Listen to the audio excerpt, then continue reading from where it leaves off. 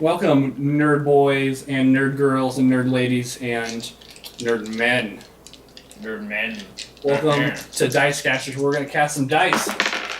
Oh, gee. Now there's a mess. Can you- I will consider that a flop. Can you pick up that dice for me? No. What is Well, this? that doesn't sound like good teamwork. Unlike the subject of today's video, where we're talking about great teamwork Oh. in D&D. And some moments and some tips and tricks on how you can be a good team player. Tips, tricks? A good tip is, one, you always want to have, like, a diverse party. You want to kind of have the tank, you want to have the rogue, you want to have, your cleric or your healer or whatever, and try to diversify what you can. You want your sneaky guy that does skills really well, you want your dude who can take some damage yet can also be up in the fray and, just distracting everybody. Like, a knight is an excellent class for that. Your cleric for your divine magic and a wizard and sorcerer for your arcane magic. Yeah, you definitely can't have like a me attitude going into it, because sometimes when you're making your character, you're like, how can I make the most damage? I definitely thought you were referring to literally yourself. Yeah. Yeah, no. Yeah. I'm not selfish.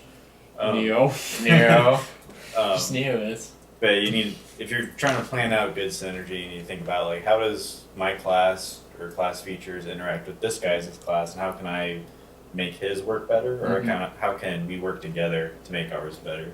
You definitely got to play the role aspect of this role-playing game. Not only when you're playing with your with the social interactions, but you got to kind of think, sure, my thief isn't going to be good if he has to get caught doing one-on-one combat.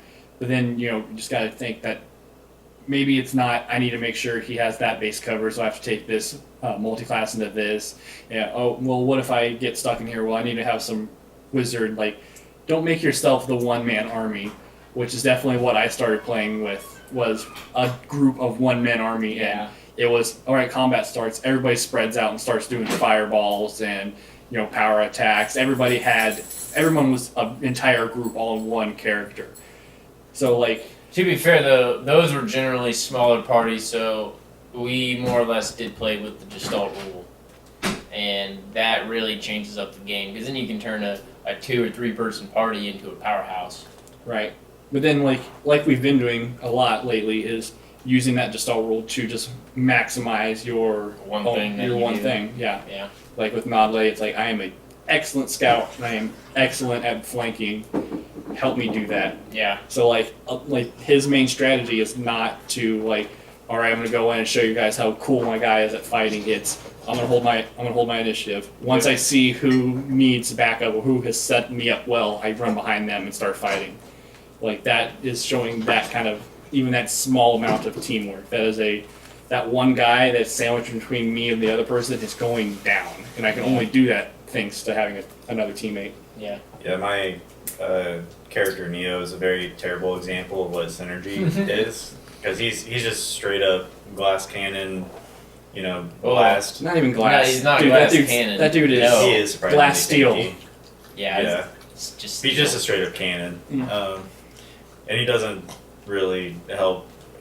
For a moment, I could help keen other people's weapons. When I had a thrall, you do the same thing, and we just do both weapons at once, or do it twice. But after that, it's all right, guys, back up. Yeah, back fucking up. fireball, ray, fireball, and we're all just sitting back there, just picking our teeth. Yeah. Yeah, I do like 500 That damage. has happened on occasion. I just remember there was one fight where you actually went first. It was the part in the Giant Slayer campaign, Mhm. and you're just sitting back. It's your turn. You go first. Neo just goes, Nodley looks up, looks at Neo, looks up, looks at Neo. I'm gonna hold my turn. Hold my turn. And then it goes to Neo eventually, and he's like, I do 346 d6 of fire damage, and Well, he's just doing frost, to be honest. Instant. He's like, I don't even damage. really have to. Either they take or they take full damage, or they take double damage. So Yeah.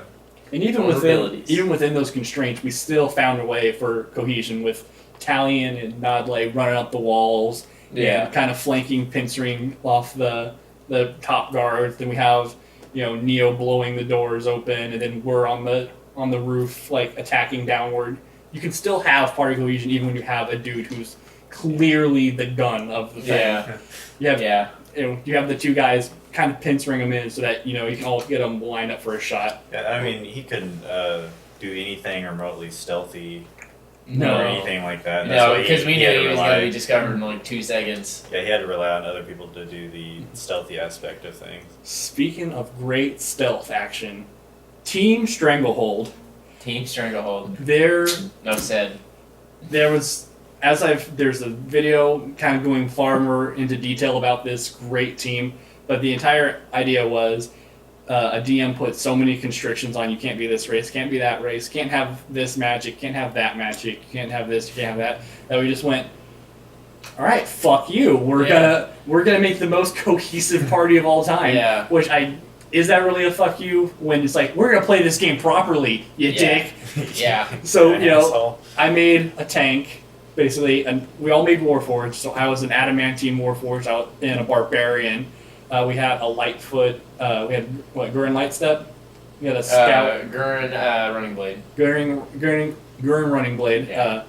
He was nimble. I think he had Mithril Body. Was he a Scout? Yeah, he was a Mithril Body Scout with a couple levels of Fighter and some Rogue in there. And then we had Kar Ramrod, which was a Paladin, specifically designed for healing constructs, which means he got to heal Warforged. Yeah. And basically, me, Panzer Tiger V, and Kar Ramrod formed a wall.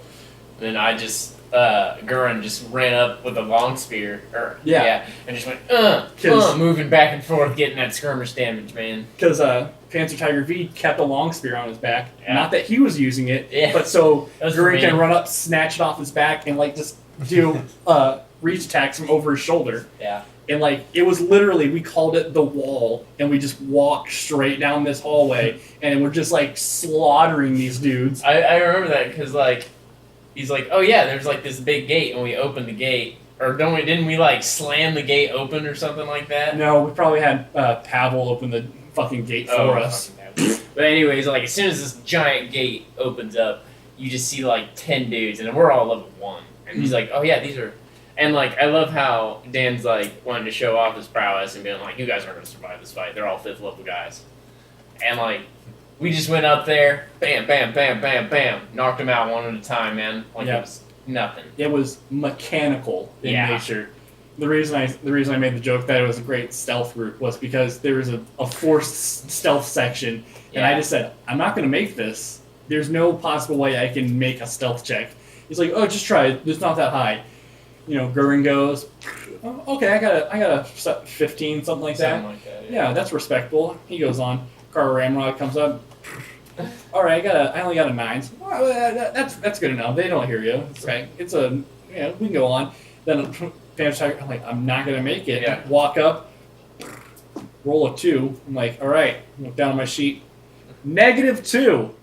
Yeah. I did not make that. Your armor penalty was -6, wasn't it? It was -4 plus I had a dexterity of 1. So or something like that. Yeah, it was. Taking massive minuses. Is it he goes to take a step and he just falls over, going clank, clank, clank, clank, clank. Yeah, I noted. I look down at the thing where it's examples of how loud a thing is for listen checks. It's the sound of an approaching army on the hill is a 0. I am louder than an approaching army on the hill. Bravo, Dan. And so Dan, our DM at the time, which was his first campaign, if you couldn't have noticed, but he was just like, no, you do it really well. You just that's fine. It's you move silently. There's enough noise. It's oh man, I can feel the breeze from that hand waving you got going Yeah. on over there. He does a lot of stuff with his hands too, by the way. That's another reason I do that. What about y'all? Do you have any good express examples of party cohesions? Express core party cohesions, I would have to go with. Oh, here's a good one. The one with Team Plagueis. Right. That wasn't the most cohesive party, but I would say the most time that party was cohesive was the fact that we came up against this death giant, and my bard was sitting there casting resistances to fear, Right. And so everybody got like a +4 to their will save against that. And I mean, you were immune to fear. So was Captain Maria. Barnabas. Barnabas wasn't. Barnabas was the only one that failed it. Oh, even yeah. with the +4. And I was like, okay. So then I cast another spell, and he got some other synergy bonus, and I think that was like one of the few times I was actually being like a full on bard instead it was of just like embracing spell, fighting. spell. And that's when we would all circled around. I think somebody had knocked his axe out of his hand. I got to, do a dervish dance, like a complete circuit around him. Yeah. Like, that was a good, takedown of somebody. Yeah, it was. Another good time that Plagueis did was our first outpost that we attacked. Was I there for that? I don't think you were. It was way at the beginning of this campaign, and we're looking at this outpost, and we're thinking of we spent an entire session just planning how we're going to attack this, and it was one of us has to come plant a little explosive here. One Exia is going to go over the wall and attack the guards in this tower. Somebody's going to be ready here to do this and that, and it was a nice tactical takedown. Except of course, with all best laid plans, it goes completely awry. But especially with that party. at least we had the plan, and that was fun enough. Yeah. I don't know. I think the only really, since I'm still kind of new to the campaigns of D&D, I think the only real example I have of team cohesion is when I would be able to keen. So as Neo, I'd be able to keen the rogue's weapons, and then since I was the ultimate AOE damage in that campaign, I was able to make him the more effective single target damage. So that way he can cover the bases that I couldn't. Yeah. So Roland? Yeah. Roland, man, he messed some stuff up with his rapiers. And then you mess stuff up. He messed a lot of stuff up. He messed himself up. Yeah, he messed himself up. But That's a good time. Another rant. Another rant. Another rant. For another day. Yeah, Another day. Yeah, it gets crazy when you get higher levels and you start trying to be a good team player when you're but I can do all this cool stuff and I need to have my time to shine. And you just you have people that are kind of going out to show off, and it's always good to at least try to pull back and know that all right, you need to protect the wizard because he's going to be casting all your fireballs. You need to have the rogue getting set up for his backstabs.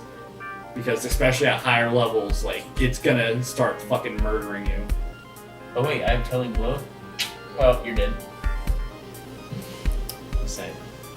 Well, I guess next time we'll just have to level up on our next video. Ho ho! Next time. Next time!